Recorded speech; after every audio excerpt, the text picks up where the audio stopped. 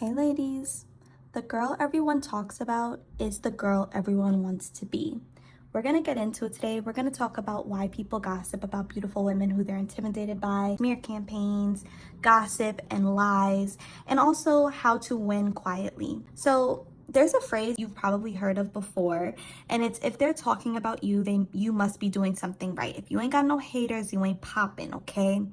But let's be honest, when you're the woman everyone talks about, it doesn't always feel flattering, okay? I know for me, I've often been met with a lot of opposition, a lot of negativity in my life, a lot of evil eye because of how I show up, because I am someone who everyone tends to run their mouth about. And it can feel really invasive, and in a lot of situations, it can feel unfair because where other people can sort of coast through life and fly under the radar, it seems like everything you do is under a magnifying glass and everyone is watching you and speaking about everything you do, and you're constantly being perceived. So today we're going to talk about a truth many women experience but rarely ever name.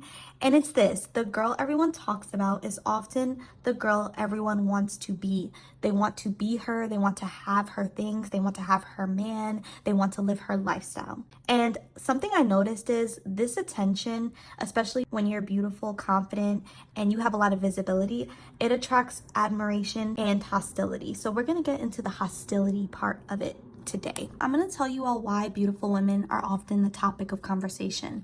When you enter a room, you shift the room. When someone's presence can change the emotional temperature or the social temperature in a room, like you walk in and suddenly people are feeling feelings that they never felt before, or the hierarchy socially is suddenly challenged because you walk in the room. Yeah, people are gonna talk when that is who you are. And I know this to be a fact in my life because I've been around people who I've never met before. Like, for example, I'll never forget, I was at a friend's birthday and we all were going to sit in the park under the bridge and, drink some wine and have food. And I remember when I came and I walked up to the group, it was very cold. Suddenly they weren't laughing and giggling anymore. And there was one girl who just would not warm up to me. She avoided eye contact. She avoided speaking to me. She was just very mean and nasty. And that's how you know that you shift rooms, is when you walk in, you haven't done anything to anyone and people are pressed. And so naturally, people are going to talk. And gossip often begins where comparison begins. So when you walk into a room, they're comparing everything about you. They're looking you up and down from head to toe, and they're measuring themselves up to you. And if they come back after they audit your appearance and your presentation and they realize, dang, I'm falling short, or maybe I'm inadequate, if that's how they genuinely feel, they're going to hate you. They're going to gossip, they're going to slander, they're going to talk shit.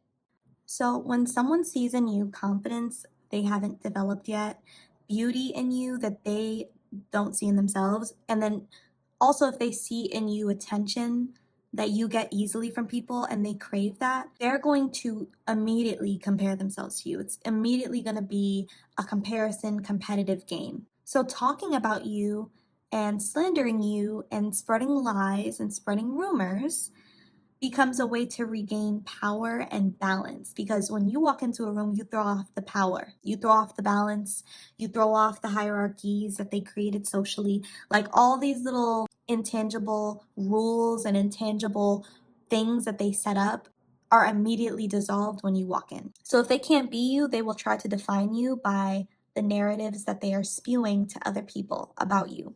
So, smear campaigns and social positioning, let's really talk about what this means. So, most smear campaigns aren't obvious, they're very subtle. And it comes in the form of you bumping into somebody who you maybe know from a mutual friend, or even strangers who you guys may frequent the same social settings or social environments, and they are throwing subliminals at you, or they're shooting you weird glances and whispering to their friend about you, almost like they know something you don't. I experienced this in college when I was going through a huge smear campaign with these jealous, envious girls who I was in a friendship group with for literally 2 months. They dragged my name through the mud the entire 4 years I was at that school. And I had underclassmen, girls who were under me, literally in freshman year and sophomore year while I was in junior and senior year. When they would get around me, they're whispering, they're grilling me, they're making stink faces. And it's like, what are you being told? You know what I'm saying? Like, what are people telling you? What are you hearing? Because that's actually troubling that you have such a strong reaction to a stranger who you've never spoken to, who's in a whole other year than you in college, and you're going off of lies and rumors you're hearing, and you have all this energy and vitriol for me. It's very weird. It's very weird, you know? Um, and the thing about women, women are very strategic. So the reason why smear campaigns work on a lot of people is because attacking a woman's reputation is often easier than competing with her directly or confronting her directly. So it's a very passive aggressive way to undermine her reputation. And this is really common, like I said, in social settings, at school, the workplace, creative spaces, you name it. Like, this is something that runs rampant in these spaces and in these communities. And so women who are talked about often are also heavily watched. I have always known that I had a lot of watchful eyes on me because of my attractiveness. And when people notice what you wear, how you speak, they're very attentive to your every move, even when you're maybe not even moving at all. These are people who don't always have the best interest at heart for you, and they're not always rooting for you. Most people are often threatened as opposed to being inspired by you or being curious about you. They're threatened. And so they need some type of reason to hate you even more. So they watch everything you do with a very, very, very close eye so they can justify hating you, so they can justify talking crap about you, so they can justify all the negative things that are going on in their head, their little delusional heads, so they can feel better about themselves. And honestly, ladies, it just boils down to intimidation.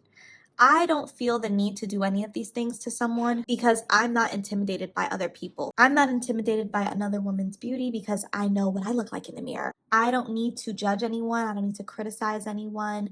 I don't need to be dismissive or obsessive over people. But unfortunately, beautiful women, we have to experience this. When someone feels inherently challenged by you, they have two options, okay? It's either they're going to elevate themselves, so they're going to boss up. They're going to have to boss up and become their best version, or they're going to have to try to lower you down.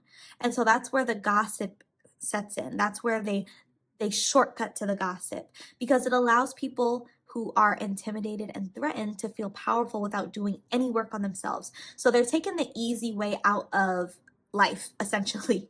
They're taking the easy way out by, instead of alchemizing their negative feelings toward you by elevating their own selves, they're going to try to lower you, compete with you, compare themselves to you.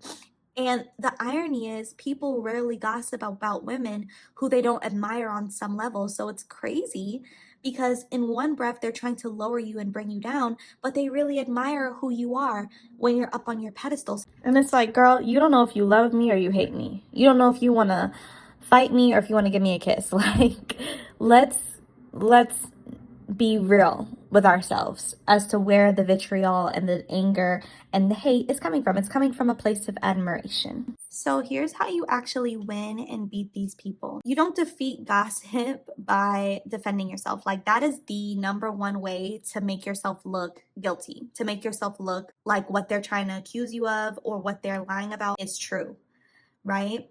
You defeat it by being ungovernable. That means not over explaining, right? Because you control yourself. You can't control other people, so you can't control how other people perceive you. So the desperate move would be to try to explain yourself and make people understand your perspective and your side of no. I'm telling you right now, you dig yourself a deeper hole. Narcissists, egotistical people, sociopaths, weirdos, people who already have their mind made up about you, don't care how much you explain, so don't. They'll try to bait you into explaining. They absolutely will, but don't. You don't need to over explain anything. You're not shrinking to be palatable. Like, people are hoping to get you to like shrink yourself down when you're in these situations so that you don't shine so brightly anymore, so you're not as intimidating. You need to shine even brighter in these moments. You can't let people stop your shine. That's what they're hoping they can do by going against you, by gossiping, slandering your name. The biggest thing here is learning to not act irrationally and out of emotion. So many women want to fight women when they find out a woman is talking about her. They want to go confront her. They want to post subliminals on social media and start beefs and stuff and gossip back. No, the answer is you maintain your queen energy, you maintain your princess mindset energy, you maintain your pedestal, and you let these people have it. Let them have it. Because the people who need to participate in gossip, they are already below you. They are already beneath you. And you remaining emotionally above them shows even more, it magnifies even more how much better you are than these people. So ladies, drop down in the comment section. Let me know your thoughts down below. I'll also be leaving my email in the description box so you can share your stories with me there as well. Have a lovely day, ladies.